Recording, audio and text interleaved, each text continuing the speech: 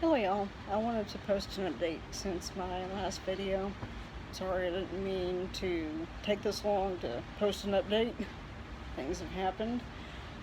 Also wanted to start off with, I'm going to include some things in the description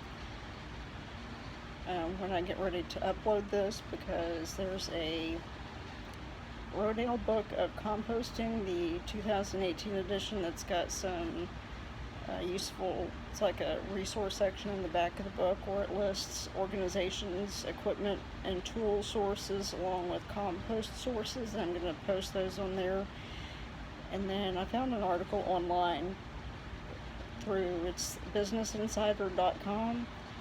The name of the article is "As Chemical Fertilizer Shortages Persist, Peecycling, the process of recycling human urine, could increase the yield of nutrient-rich crops." Not sure how I feel about using pea as like peecycling because of the smell. That's just my thing. But since my last video, I had my cart in the shop for about a week. Didn't have any of my tools because that's where they stay. So I didn't have my diagonal pliers with me. The reason why I say that's because this is just like a small little part of the chicken wire that I had gotten. It's got the 1/4-inch openings. There for a while, I was keeping my worm bins outside, including in one of the bigger totes, but because I live with family, and it's their house, their yard, they had some lumber out in the backyard that was starting to go bad, so they found someone to come and haul it off. Well, that was where I was keeping a couple of the worm bins. Those two I was using a couple of the cat litter pans, but I also had like a 10-gallon or 5-gallon tote or whatever outside as well. The only thing that I can see as a problem with the totes is, depending on what a person's able to lift and carry, sometimes they can be too heavy for me to lift and move around as needed. So when they had that lumber in the backyard hauled off, I had to find somewhere else to put all my worm bins. But this was back in like April or May, so I hadn't gotten really like stupidly hot or humid outside.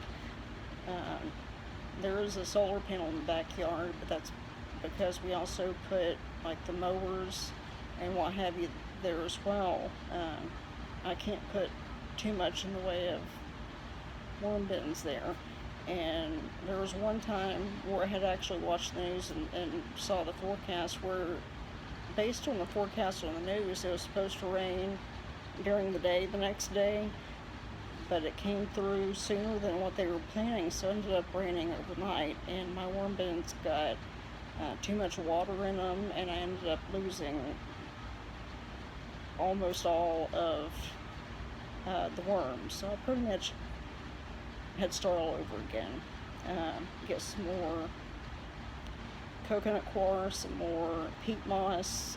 I still had some topsoil left over, but I had to order some more worms, and I got those from Brothers Worm Farm. Now, with what I had left behind, there were still some worm cocoons in there, so I kept a lot of those. I got out as many of those as I could, and I basically moved everything in. So I got what I could out of that tote outside. I got some more cat litter pans along with some styrofoam coolers, and I've also started using, from what I've seen from other videos, I got the crushed up oyster shells, cornmeal,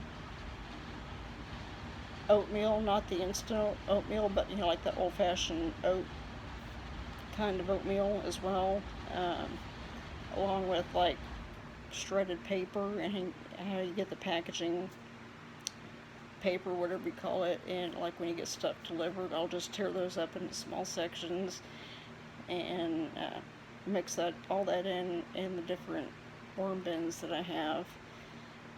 So it seems like, especially now with these being inside, because I live within 100 miles of the coast, and here lately it's been like 99, 100-degree days for like weeks on end, it feels like. So by the time you factor in the heat index, typically on the news, they do the heat index based on, like, if you're in the shade somewhere of like 105, 108. So it's really not fair to have worm bins outside in this heat, because it'll just dry out too quickly. So this way, I'm able to keep them inside, and that chicken wire, I put it over each of the cat litter pans so I can stack them up. And the same thing, well, the styrofoam coolers come with lids, but that way I'm able to stack those up as well.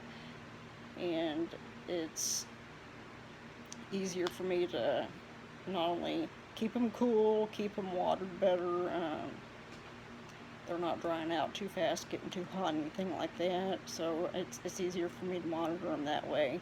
Now, with them being inside, I try to keep the food under, like, the dirt or whatever you want to call it, under their bedding, especially if it's fruits, so that I'm not attracting any kind of fruit flies, gnats, or mites, or whatever like that. So it seems like it's doing better. A lot of the worms are what I call fat, like they're chubbier, and then some of them are just like long and thin. So it just seems like it's working better having it inside rather than outside, especially with there being a drought because it's not been raining, on top of hot and humid. I'm gonna try and keep these videos coming on a more consistent basis.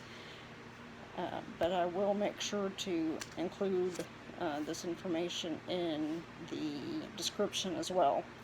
And I will keep y'all posted. Talk to y'all later. Bye.